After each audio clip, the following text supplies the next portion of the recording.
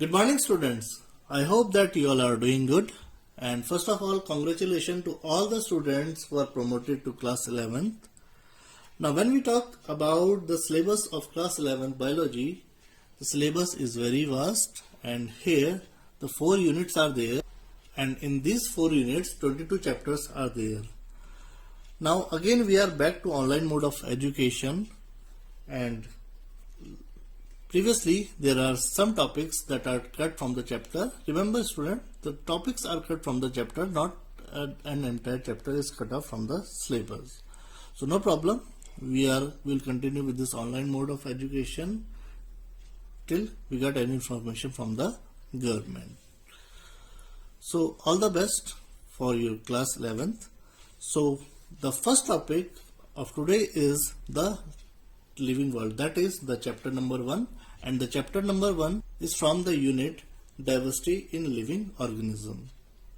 Now this chapter you have already done in class 6, 7, 8, even in smaller classes you must have known about the living organism, what are their characteristics. So these are the topics that we are going to cover, and some higher topics which you have done in class 8, 9, 10, 10, these are also get covered in this chapter. So let's start our topic. Now before starting the chapter, first of all you must know that what is biology. Biology is basically the study of the living organism, and when we talk about the study of living organisms, that include all the things like plant, animals, even humans. So all becomes under the study of living. Now the very important thing you must remember that who is the father of biology? Aristotle is the father of biology, and whenever you will go in the graduation, the biology will get further divided into 2 parts, and one will be the botany and one will be zoology. Botany is related to the study of plants, whereas the zoology is related to the study of animals. Now the topic given is what is living organism. Living organism, as you know that the living organism, we all are made up of physical as well as the chemical matter, and we are showing a higher degree of complexity. For example, when we talk about the structure of prokaryotic, structure of the eukaryote, that means there is some complexity in these organisms, and even the complexity is basically during the reproduction of an organism also. For example, when the formation of zygote take place, the formation of embryo take place, even there are various changes which is taking place in our body. So the structure of any organism is very much complex in nature. Now, what are the characteristics of living organism? Previously in the classes, in the small classes, we used to say that living thing can grow, living thing can reproduce, like all the things are there. But here we will discuss about exactly what are the characteristics of a living organism, what are the exclusive characteristics that a living organism should possess. So the first topic or the first characteristic is given here is the nutrition. Nutrition, as you know that all living organisms, they require nutrition. They require food for the survival, and without consuming the food they are not able to survive on the earth. So nutrition is further divided into autotrophs and heterotrophs. And as you know that the autotrophs, they can manufacture their own food, for example plants, and heterotrophs are those which are depend on other animal as well as on autotrophs. They are known as heterotroph. So we can say that nutrition is a defining property of all living organism. Second property given here is the metabolism. Metabolism, as you know that in our body as well as in another organism, various chemical reactions are taking place in our body, and due to this various chemical reactions we are able to survive. For example, all plants, animal, fungi, microbes, they exhibit metabolism, and as you know that all are made up of chemicals, and these are known as the biomolecules which doing the functional activity of our body. So we can consider that metabolism is also a defining property of all living beings. Now next, respiration. Respiration, as you know that respiration is a process by which energy is released during the breakdown of certain energy-rich compound by the process of respiration. Simply, we can say the breakdown of the food whenever the food is reacting with the oxygen which we are inhaling, and it is giving us the energy in the form of ATP. That is known as the respiration. So all the living organisms, they are breathing and they are taking the oxygen inside. And now the living organism, they can be classified into aerobic and anaerobic. That means which can live in presence of oxygen and which can live without oxygen. So here in this chapter, at the last, we will discuss about the anaerobic respiration in some of the organism. So we can consider respiration is also a defining property of all living beings. Now the next characteristic given here is irritability. Irritability is basically the response of an individual. For example, we are talking about the complexity of the prokaryotes and the eukaryotes. Prokaryotics and the eukaryotes, they both are responding toward the internal as well as the external environment, so that they ensure that they can get maximum chances of survival on the earth. For example, in our body, our blood vessels, it dilates whenever the temperature get increased. So it is basically the response which is showing towards the change in the external environment. For other example, we can take the example of a plant which is potted in a dark room and sunlight is coming from the window. That means in that condition, the plant will also show the response, and it will show the response towards the light. That means the phototropism will take place, and it is also showing the response towards the external stimulus. The other example can be the closing of the touch me not plant when we are touching that, so that it is protecting itself. So basically, we can consider that a living organism, they are having irritability. That means this stimulus or the consciousness is one of the defining property of all living organism. Now the another case can be a person who is in a coma. The person who is in a coma, it is not responding, but still he is living. So definitely irritability, or we can say the response to stimuli or consciousness, is also a defining property of all living beings. Now next is the movement. So movement, basically movement, the organism, for example the animals, they are moving from one place to another in order to get food, shelter, and to avoid unfavorable conditions, again so that they can ensure maximum chances of survival. Now in some plants, the parts are growing, but the rate of the growth of the parts is very much less in comparison to the movement in the animals. Now there are few animals in the plants, they still don't move. So here we cannot consider movement as a definite property. So movement is not a defining property of all living organisms, because some of the living organisms, they don't move at all. Now the next characteristic given here is the growth. Growth is one of the important characteristics. Like when we talk about the growth means there must be increase in mass or increase in number of an individual. That is known as the growth. For example, in the living cells, in the living body, the cells, they get divided, and the formation of new parts is taking place. There will be the elongation of the root and the shoot tip in the plant. So that means the growth is taking place. But the other thing to remember here, that the living organism can also grow. For example, when we are taking the example of a sand dunes, that means whenever the sand is collecting in one place and there is a heap of sand is formed, that means there is an increase in the size, increase in the mass of the sand. However, the sand is a non-living, but non-living is also showing the characteristic of growth.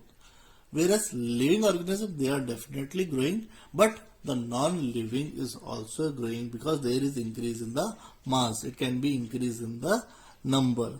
So that's why the growth cannot be taken as the defining property of all living organism, because non-living is also showing the property of a growth. Now next one is the adaptation. Adaptation is basically, as you know, that all the living organisms, they are adapted to the environment so that they can ensure survival in the living. For example, when we talk about the adaptability, so adaptability can be some of the example of adaptability can be hibernation and estivation in the animals so that they can withstand in extreme conditions, as well as the formation of spores in fungi so that it ensures the chances of the survival, and these spores they can get germinate whenever the favorable condition is coming. So that's why adaptation is very much important for all living organisms. So adaptation can be considered as a defining property of all living beings. Now the next topic is reproduction. Reproduction, basically all the life, it starts from a single cell, but when we talk about the reproduction, some of the animals, they are able to do the process of reproduction, and reproduction can be sexual or asexual. So when we talk about the asexual mode of reproduction, there is amoeba, which is reproducing by the process of binary fission. Yeast is there, which is growing by the process of, which is reproducing by the process of budding. Apart from this, planaria is there, which is reproducing by the process of regeneration. Spirogyra is there, which is germinating by the process of fragmentation.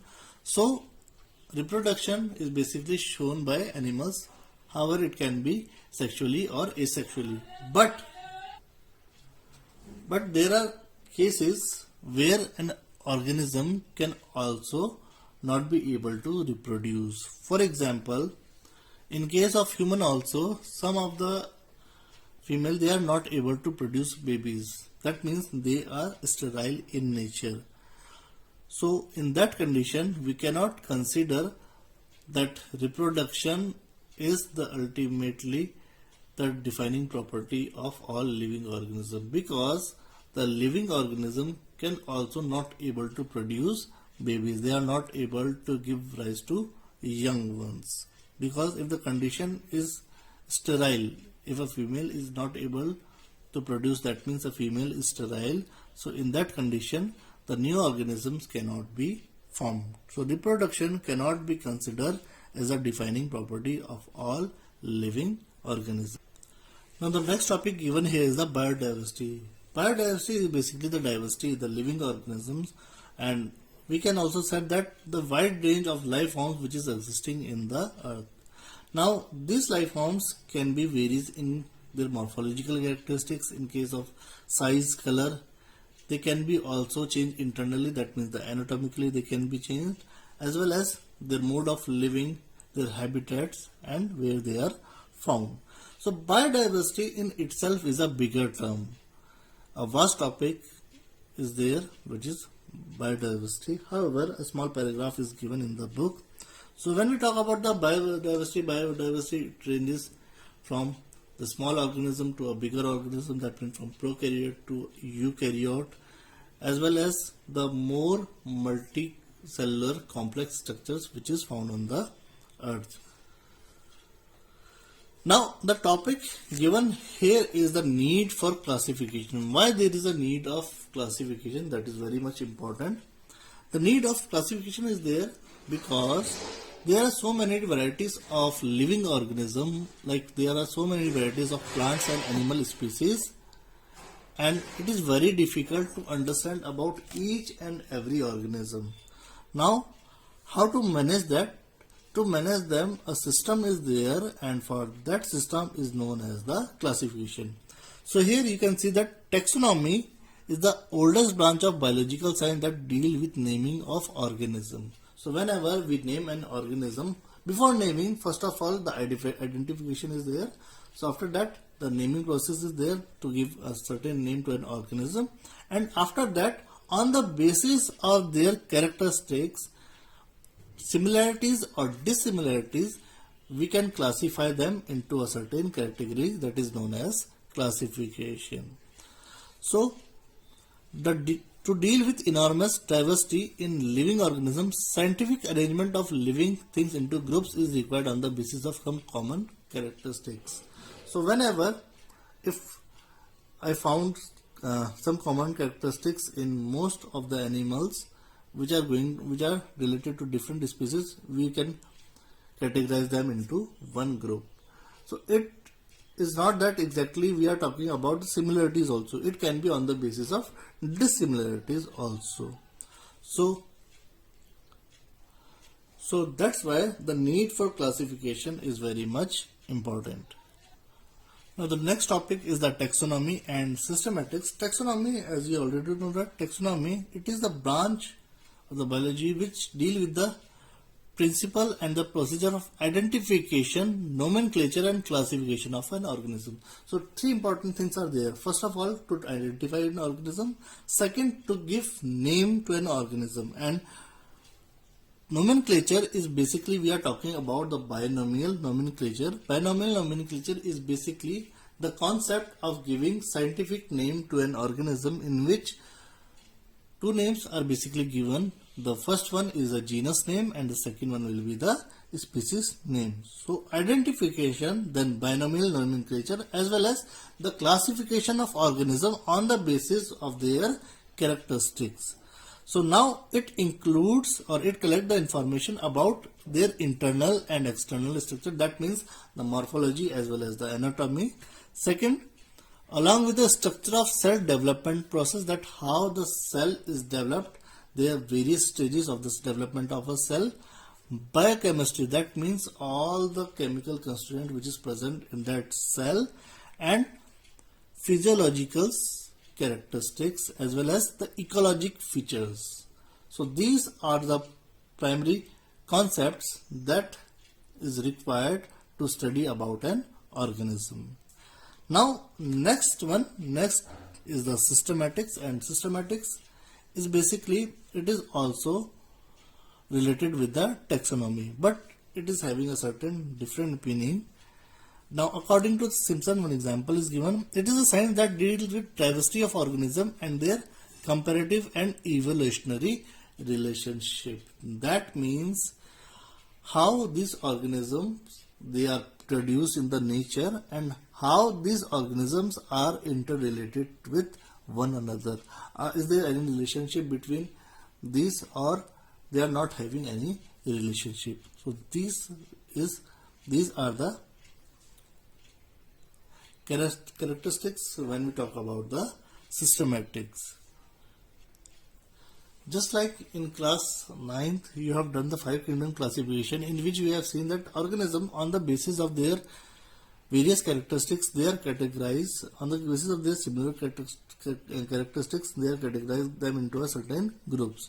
Similarly, when we talk about the systematics, first we must know about their evolutionary history. Second, how they are interrelated with one another.